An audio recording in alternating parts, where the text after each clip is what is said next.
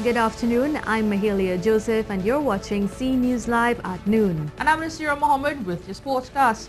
And today's a big day for our national footballers, Mahalia, as they open up their World Cup qualifying campaign at the Hasely Crawford Stadium tonight. And on to our first story now, Trinidad and Tobago will battle against Costa Rica from 7:30 tonight at the Hasely Crawford Stadium in their opening World Cup qualifying campaign. You'd think there would be a lot of hype surrounding the game, but so far there's been some rumbling, but it's not the outpouring of support one would think. According to sports analyst Colin Murray, this is going to be a tough opener for the home team, and victory is vitally important. They're going to, as I said, they're going to try their best to keep us at bay, prevent us from scoring, hit us on the counter-attack, which we've got to be careful about. If we get an early goal, it will open up the game a little bit. They're going to come out, they're going to got to come out a bit. They may take off one of the, as I said, they may very well start at 5 at the back, If, as I said, we get an early goal, they may take out one of those defenders, push somebody more up front to try and get the equalizer, could open them up a little bit more. So, as I said, it's going to be a tough one. I hope we can win. I hope we can, as I said, I hope we get the 2-1 scoreline. I'm hoping. But, Costa Rica is a difficult team. And, I'm not saying a draw is going to be a good result because we're at home. We need to win. We should win. We have to win.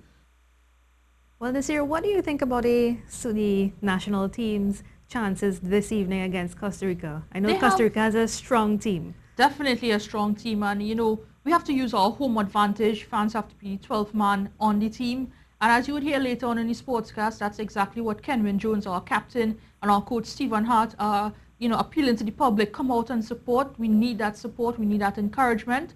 So good luck to the guys tonight at the Hasely Crawford Stadium. And of course, we'll have a bit more on the Soca Warriors prep a bit later on in our newscast. Now, continuing with some other news now. No valid passports. That's one of the reasons for the delay in repatriating 3 of the 5 released TNT nationals to Trinidad from Venezuela. That's the latest line coming from Foreign and CARICOM Affairs Minister, who said a meeting that was due to take place on Wednesday between the Venezuelan authorities and the Trinidad and Tobago Embassy in Caracas also failed to take place. Dennis Moses spoke at the post-cabinet media briefing on Thursday. We have not been allowed visiting rights, as it were, over the past year. We are hopeful that shortly that will take place. Notwithstanding, the persons have been in constant and frequent contact, dare I say, with officials from our embassy in Caracas, and we have been affording the services that they require, consular services that is. They are currently in good health as of a couple of days back, and overall we are very hopeful that they can be reunited with their families in Trinidad and Tobago. The lawyer for the Venezuela 5, Nafisa Mohammed, told GMTT whilst they are glad for the intervention by Mr. Moses, they think the passport expiration is only part of the issue in the repatriation delay. If you don't have a passport or a valid passport, that is the precise reason you have embassies all over the world where they can easily issue those travel documents. I think the problem goes beyond the fact that 3 of the passports have expired, and perhaps it is a case where the minister is probably now getting more deeply involved in the matter. And, in terms of the information that he would have had at the time, he probably was very limited in terms of the circumstances. It's been 5 weeks since the announcement of the 5 Muslim men's release from 2 years detention in Venezuela. They were expected to be back in Trinidad weeks ago. However, Ms. Mohammed explained why the process was taking longer than expected. The SEBIN authorities, it is the SEBIN, which is the intelligence agency in Venezuela, it's a very political arm of the government, and they are in control of the prisons. And they are supposed to have released the men to the immigration authorities in Venezuela. And once released, there is an arrangement in place for our embassy officials to be immediately contacted so that all appropriate travel documents and so can be issued to have the men return home. But it would appear the Islamic Front aren't too happy with the pace of getting the men back to Trinidad. Joining us on the phone is head of the Islamic Front, Umar Abdullah. Good afternoon, Mr. Abdullah. Yes, good afternoon. Now, Mr. Abdullah, can you tell me what's the latest you've heard on the issue? Well, the latest is that our nationals, they are in custody in the hands of the signee, which is the Immigration Department. But they are being housed at the 7 facility at this time.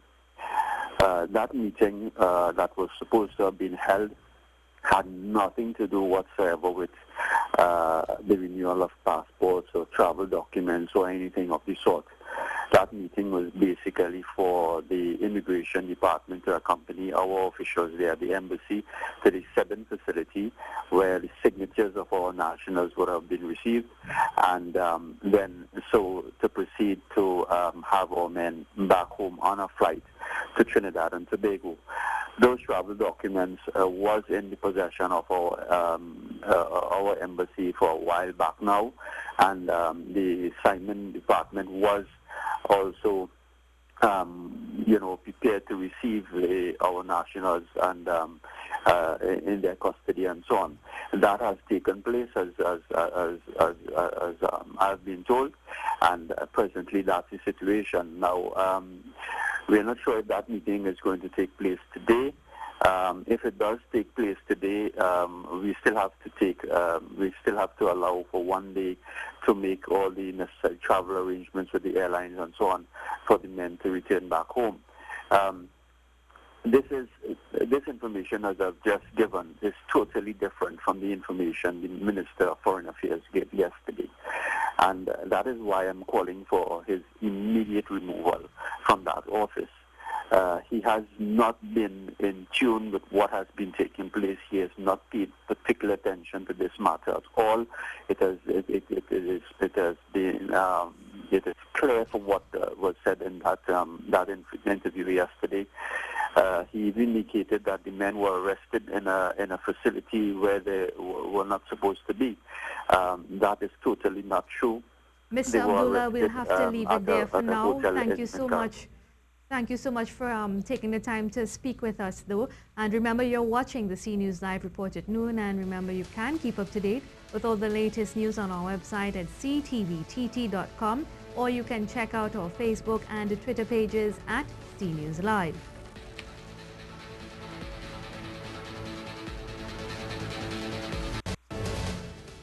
Five former secondary school students who dropped out of school appeared at the Chaguanas Magistrates Court on Thursday, charged with cultivating marijuana crops said to be worth around $300,000. According to the TTPS, the 5 boys aged between 14 to 18 were arrested in a field located off Arena Road in Freeport on Wednesday by officers of the Central Division Task Force. The police said they destroyed 305 marijuana plants. Packets of marijuana were also found buried in the forest and at an abandoned campsite in Tortuga Forest. Vancouver police were conducting an exercise in the forested area on Tuesday evening where they found the abandoned camp. Police said the camp was searched and officers found the packages of marijuana. To some other news now, the PNM's aluminium plant plan shelved in 6 years ago may be restarted once the economics appear viable. That's the word from the Prime Minister who spoke at the party's election platform in Point Fortin. Dr. Keith Rowley told supporters if the construction of the Alutrint aluminium plant in La Brea hadn't halted as a result of a High Court order in 2009, it would have assisted in diversifying the economy. The Prime Minister also said that the government wants to restart an aluminium business in Wallerfield to make motorcar wheels. Aeropost Limited has hinted it could consider taking legal action to reverse the imposition of the 7% online purchase tax. In a statement yesterday, the company said it's exploring all options available to ensure that customers continue to receive a fair value for their money. The courier company says, though whilst it will comply with paying the tax, they are not in support of it. The finance minister implemented the 7% online tax in the September budget And however, many courier companies say they're angry because they have no clear guidelines on how to institute it. Petrotrin is advising Marabella residents that it is still monitoring reports of a smell that's said to be impacting residents in the community. In a press release, the state-owned company said its personnel had visited the area to conduct air testing and monitor the situation. Residents who experienced discomfort were taken to Augustus Long Hospital for medical review and discharged at 9 p.m. As a precautionary measure, 2 families with infant children were temporarily relocated.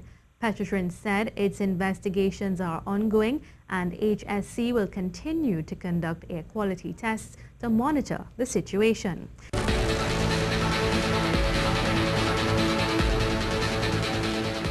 Now, across in Europe, the continent stood still for 2 minutes for the annual observance of Armistice Day, that day 97 years ago, marking the end of World War I. Here's our senior reporter, Roger Dwarica, who tells us more about the meaning of the day.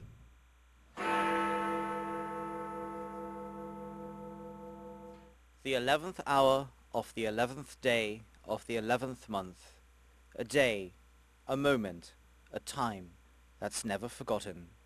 The yearly observance, a reflection of where the world was almost a century ago, deeply entrenched in turmoil, strife, and war in Europe. Thousands standing in revered silence, honoring the last surviving veterans, their chests adorned with medals, a potent reminder of why Europe is free today. 70 million men were mobilized to fight on both sides, the Allies comprising the Russian Empire, the French Third Republic, the UK, the US and Japan, against Germany and Austria-Hungary. It was a war that would last 4 long years, beginning on the 28th of July 1914 to the 11th of November 1918, and one which would claim the lives of 9 million soldiers and 6 million civilians. From the United Kingdom at the Cenotaph in London to the German Brandenburg Gate, thousands standing in silence on Friday, remembering their fallen, those who fought in the name of freedom and democracy and the right to life. The first Armistice Day was held at Buckingham Palace, commencing with King George V hosting a banquet in honor of the President of the French Republic during the evening hours of the 10th of November 1919. The moment of silence is a sign of respect for, in the first minute, the roughly 20 million people who died in the war, and in the second minute, dedicated to the living left behind, perhaps best enshrined by the words on the tomb of the unknown soldier. From the going down of the sun, we shall never forget. Roger Dwarica, C News. And let's just show you the live events in the United States where they're honoring their war heroes on what they call Veterans Day. Let's stay with these pictures for a couple minutes. There you see President Barack Obama walking to the monument where he's laying a wreath.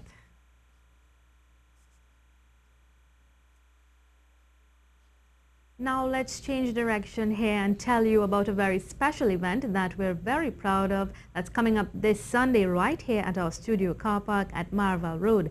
It's the Sweet 100.1 FM's gathering of free annual charity drive to bring cheer to the less fortunate in our society by raising and giving. Everyone is invited to the event that begins at 3 p.m. which features entertainment for the whole family. And our very own Ria Rupchan Singh joins us here on the set to tell us a bit more about what we can expect for the gathering. Well, the gathering is really a charity event, and what we are asking, it actually starts at 4 o'clock, gates open at 3. So what we're asking, I mean, it's going to be, we're going to have lots of entertainment, great entertainment. Croker is actually going to be here for the first time, but it's, you know, primarily a charity event as well. So what we're asking is that people walk with non-perishable food items. If they want to give a little gift for a little boy or a girl, they can do that too. You know, many people do actually also, they wrap the gifts. We're asking that if you do wrap the gifts, which is really sweet, if you can, you know, say whether it's for a boy or a girl and the age of the child, non-perishable food items, we talk about like things like rice and flour, soaps as well, because sometimes we want, you know, toiletries and that sort of thing. So we're asking for those types of items. It starts at 4, gates open at 3. Come early because you really want to get a spot, because it's really a lot of great artists. Croker, as I said, Lujo and the Gifted, Rome, These are some of the newer ones that we've had. Baron, the traditional ones. Blackie Iowa is singing. I love his Christmas song for this year's Parang, so he's going to be there as well. So many great people. I mean, I don't want to start calling and then forget, you know who's there, but it's a lot of artists. We're not allowing glass bottles on the compound though, but there are going to be things on sale as well. We're asking that you can drop off your gathering items on Maraval Road, and then the entrance is on Alcazar Street. But for those, sorry to cut you, but for those who may be wondering, where are these proceeds going? Well, they are going to needy families in Trinidad and Tobago, and believe you me, there are so many needy families. We send them to some organizations as well who can distribute to these families as well. So sometimes to some churches, like Living Waters, certain communities as well, the missionaries of charity, different things, Rainbow Rescue. These are some of the areas or some of the organizations that they go to. Also, as I said, to individuals. This year, strangely enough, or I don't know, usually we get a list. People call in to say, well, can you put me on the list? You know, I'm really needy, I need stuff. This year we are getting a lot more than we normally would. I don't know what's happening, but the list is long this year, so we need as much support as possible. Thank you so much, Ria, for filling us in on the gathering. Remember, you can be a part of the gathering. It's this Sunday. Gates open at 3 p.m. and it actually begins at 4. Stay tuned to CTV. We have sport with Nasir Mohammed.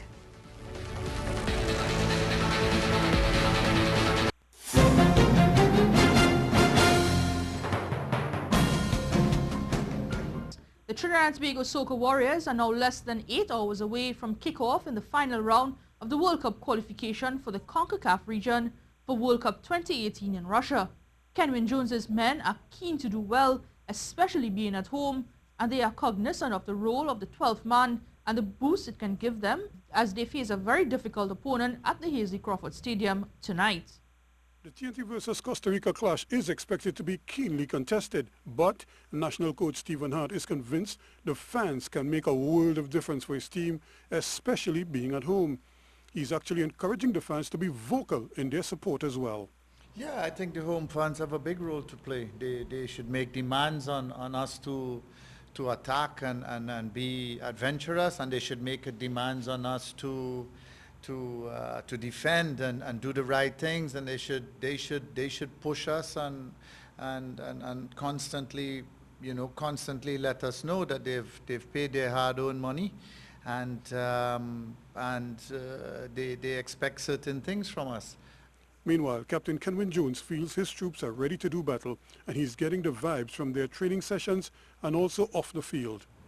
Everyone has been settled into the camp over this coming week here, and we just getting down to business of sharpening up on the things that we need to, and also more or less building that team morale and team spirit going into this game. We all know it's an important game, so we're, I believe, in the right frame of mind going into it. He also says that his injury is almost 100% and is getting better with each passing day. Well, I think I'm very far. Yeah, if I hadn't progressed in my injury at all, I don't think I would have been here. So, I've been working hard over the last 2 to 3 weeks to make it to this point, and continue working to be able to be on point for the game tomorrow and further on. TNT is keen to get off to a winning start on Friday, and Hart is fully aware of the beast he's up against. There's no doubt that those players have pedigree, they have quality, they've just finished in the Champions League, but we have our own qualities, and hopefully we get it right. TNT hasn't defeated Costa Rica in a World Cup qualifier and can point to just 3 wins, 4 draws and 70 defeats to the visitors, something they hope to address starting Friday at the stadium. And on to news of cricket now. Early preparations and a different mindset were 2 key areas the Trinidad and Tobago Red Force have worked on for this season of the Regional 4-Day tournament. The Red Force play their first 3 matches at home at the Queen's Park Oval and are looking to start the season with a win. The preparation is different. We was out of our comfort zone. We work a lot harder. You can actually see from the trial games when the guys perform with ball, bat and ball. Guys are going to occupy the crease and more longer spells and doing things for longer periods, which is what we see out there in the game from tomorrow, starting tomorrow. The team sees the return of Kyle Hope from West Indies A duty to start his second season with TNT, and his captain will certainly be looking forward to his experience to bolster the team. TNT has not had a good track record in this format since the PCL's inception 2 years ago. But with the drafting of Sheldon Cottrell and Rashawn Primus, this could be the year of the Red Force's turnabout.